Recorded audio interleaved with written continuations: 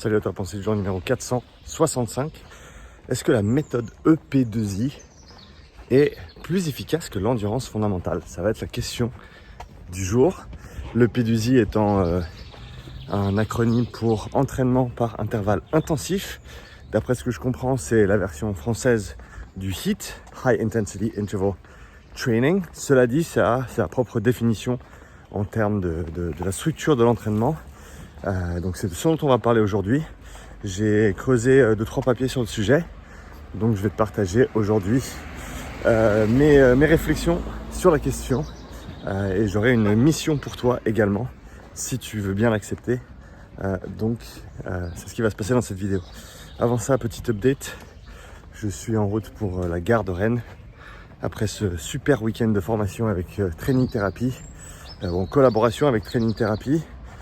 J'ai pu donner pour la première fois mon séminaire de 2 jours qui cette fois-ci était axé un petit peu plus sur la réathlétisation parce qu'on avait des kinés, on avait 30 kinés ce week-end et on a pu développer tout ce qui est du conditionnement, du déconditionnement, du reconditionnement et du travail respiratoire également. Première fois que j'ai pu présenter mon matériel concernant le système respiratoire en présentiel, donc c'était extrêmement intéressant pour moi d'avoir le retour des participants et des participantes. C'était vraiment génial, j'ai passé un super week-end. Retour à la maison aujourd'hui, 2-3 jours tranquilles et puis jeudi on va au French. Donc si tu vas au French, j'espère t'y voir, j'espère te croiser là-bas. On revient sur l'entraînement EP2I.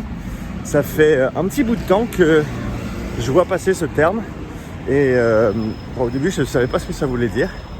Donc j'ai pris un petit peu de temps parce que j'ai eu un message encore il y a 2-3 jours, un petit commentaire sur ma vidéo concernant le développement mitochondrial. Donc tu peux aller voir cette vidéo. Et quelqu'un a mentionné, c'est pareil que le P2I en fait. Je crois que c'était sous forme de question. Et donc je me suis dit, allez Sean, passe un petit moment, va creuser et essayer de comprendre le P2I. Donc nous voilà, je suis allé faire 2-3 recherches. J'ai lu quelques articles de blog, j'ai survolé quelques études. D'abord, on va commencer avec ça. Le P2I, c'est quoi? Donc apparemment, c'est une méthode d'entraînement qui a été inventée par le docteur Jibala, je ne sais pas comment on prononce son nom, un docteur canadien apparemment. L'attrait apparemment de cette méthode, c'est que 30 minutes d'entraînement de ce type-là équivaudrait à 2h30 d'endurance fondamentale. En tout cas, c'est ce que j'ai pu lire partout et ce que j'ai vu dans plusieurs articles de blog, c'est que les gens décrivaient cela en disant 30 minutes au lieu de 2h30, les mêmes effets au niveau du développement de tes capacités d'endurance et preuve à l'appui ou études scientifiques à l'appui. C'est dommage parce que ces multiples articles qui utilisaient ces mots directement n'incluaient pas le lien vers la référence qu'ils citaient. Donc j'ai creusé un petit peu et j'ai cherché les différents papiers que le docteur Jibala a publiés. Il semblerait qu'il publiait pas mal d'informations sur tout ce qui est du Sprint Interval Training, donc l'entraînement par sprint intermittent, pour faire simple, le SIT, qui est défini, dans la littérature en tout cas, comme des sprints supramaximaux entre, si je me souviens bien, 6 et 30 secondes. Est-ce que ça peut aller plus long? Oui, ça peut aller plus long, mais dans le cadre de ces études-là, c'est en général des efforts supramaximaux de 30 secondes, donc des efforts type Wingate. Un Wingate, c'est du SIT.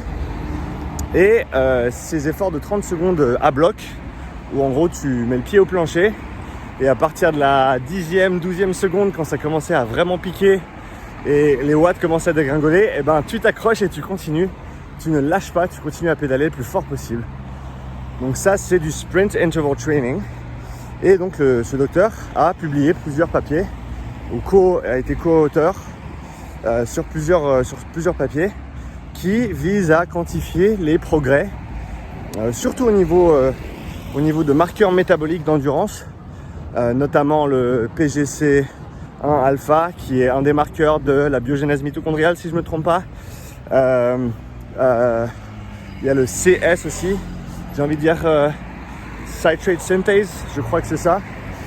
Je ne sais pas comment on dit ça en français, je suis désolé. L'acronyme c'est CS et c'est aussi un marqueur de développement ou d'activité d'enzymes mitochondriales si je ne me trompe pas. Il n'y avait pas que ça, il y en avait d'autres aussi. Mais en gros, il quantifiait différents marqueurs physiologiques, métaboliques, pour déterminer l'impact de ces entraînements de sprint à haute intensité, de sprint supramaximum.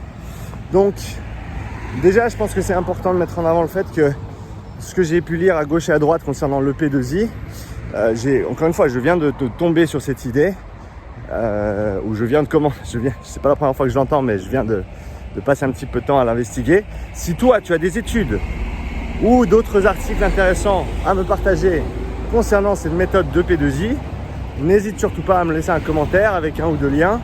Je vais volontiers chercher d'autres informations à ce sujet.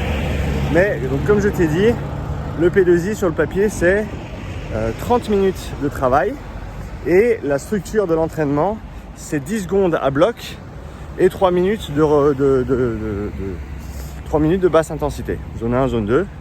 Tu répètes ça 10 fois. C'est assez simple. En gros, c'est du sprint. Mais contrairement au sprint interval training qui a été étudié par le docteur Jibala, je suis vraiment désolé d'écorcher son nom, mais j'ai pas le choix parce que je ne sais pas comment on prononce son nom. Et donc ces sprints de 10 secondes, c'est pas vraiment le même monde que les sprints de 30 secondes que le docteur a étudié. Hein. Et donc encore une fois, l'argument, c'est qu'avec cette méthode révolutionnaire, et c'est littéralement les termes qui sont utilisés dans les gens qui le décrivent, voilà, ça va te prendre 30 minutes et en faisant ces 10 fois 10 secondes à bloc avec 3 minutes de repos actif, tu vas augmenter ton endurance autant qu'avec une séance d'endurance fondamentale de 2h30. C'est ça la magie de l'EP2I. Donc, je voulais voir, et je suis pas, tu me connais, hein, je suis pas à cheval sur le fait qu'il faut absolument qu'une étude prouve que ça marche pour que ce soit valide, etc. J'ai rien contre une séance de sprint répétée comme celle-ci, ce serait très bien à mon avis, pour développer la puissance max, la capacité à répéter des efforts intenses. Mais encore une fois, les études que j'ai pu trouver à ce sujet-là, alors ne citent pas déjà le terme EP2I, donc c'est difficile de le retrouver. Et le sprint interval training tel qu'il a été étudié, en gros, je t'explique les protocoles. Je fais de mieux, hein, de tête. Alors déjà, ce qui était intéressant à mettre en avant, c'est que c'était des populations soit sédentaires, soit entraînées qui étaient étudiées. De tête, il y avait, dans un papier que j'ai vu du Dr Jibala, il y a plein d'autres études sur le sprint interval training que je ne citerai pas ici parce que je ne les ai pas en tête. Mais les deux que j'ai trouvés et que j'ai passé en revue rapidement, c'était sur des sujets, voilà, soit sédentaires, soit entraînés, avec des VO2 pics de entre 40 et 50 millilitres d'oxygène par kilo et par minute. Donc pas des athlètes hautement entraînés. Et les interventions étaient assez courtes. Un papier, c'était sur 2 semaines. L'autre papier, c'était sur 6 semaines. Et pour le groupe Sprint Interval Training, on avait 3 entraînements par semaine. On avait 4 à 6 répétitions de 30 secondes à bloc. Donc les 30 secondes, les Wingate, comme je t'en ai parlé avant. Donc 4 à 6 fois 30 secondes à bloc, 3 fois par semaine pendant 2 à 6 semaines. Ça, c'était l'intervention Sprint Interval Training. Et l'autre groupe faisait, je ne me rappelle plus du temps total par séance, mais il me semble que c'était en tout cas 1 heure à 1h30 par séance d'endurance fondamentale, 5 fois par semaine. Et donc, il comparait à la suite de ces 2 interventions les développements, les améliorations sur les différents paramètres que j'ai cités tout à l'heure, et d'autres aussi au niveau des substrats énergétiques, activité au niveau de la bêta-oxydation, activité au niveau de l'utilisation ou de la dépendance des sucres. Et ce qu'ils voyaient, c'est qu'il y avait une augmentation qui était plutôt similaire entre les 2 groupes. Donc c'est bien, hein, c'est très très bien de montrer que sur cette période de temps-là, ces types d'entraînement semblent avoir les mêmes effets sur le métabolisme de quelqu'un. Après, il y a plusieurs limitations à ce que je vois dans ces papiers-là. Déjà, c'est la population qui est étudiée. Donc 40 à 50 de VO2 pic, c'est pas deg, hein, mais c'est pas énorme non plus. Je pense que pour des populations qui sont sédentaires ou légèrement entraînées telles que celle-ci, peu importe l'intervention que tu vas mettre en place, s'ils ne s'entraînaient pas de manière régulière avant, ben ils vont avoir des résultats, ils vont avoir une amélioration. Ça, c'est la première chose. La deuxième chose, c'est quel serait l'effet de cette intervention sur un groupe élite. Quelle est la durabilité, c'est pas le bon terme. Pendant combien de temps on peut faire du sprint interval training 3 fois par semaine avant de te cramer physiquement et ou mentalement, parce que c'est des entraînements qui sont très très durs et donc il faut prendre ça en compte aussi. C'est que 4 à 6 fois 30 secondes à bloc avec 4 minutes de repos, c'est vraiment dégueulasse comme entraînement. Et bravo à tous les participants qui ont tenu 6 semaines sur ce protocole. Moi, j'en avais fait des entraînements de ce type-là il y a un peu plus d'une année. Et déjà, si j'en faisais 2 dans la semaine, bah, j'étais bien cramé. Ça dépend aussi de ton profil, hein.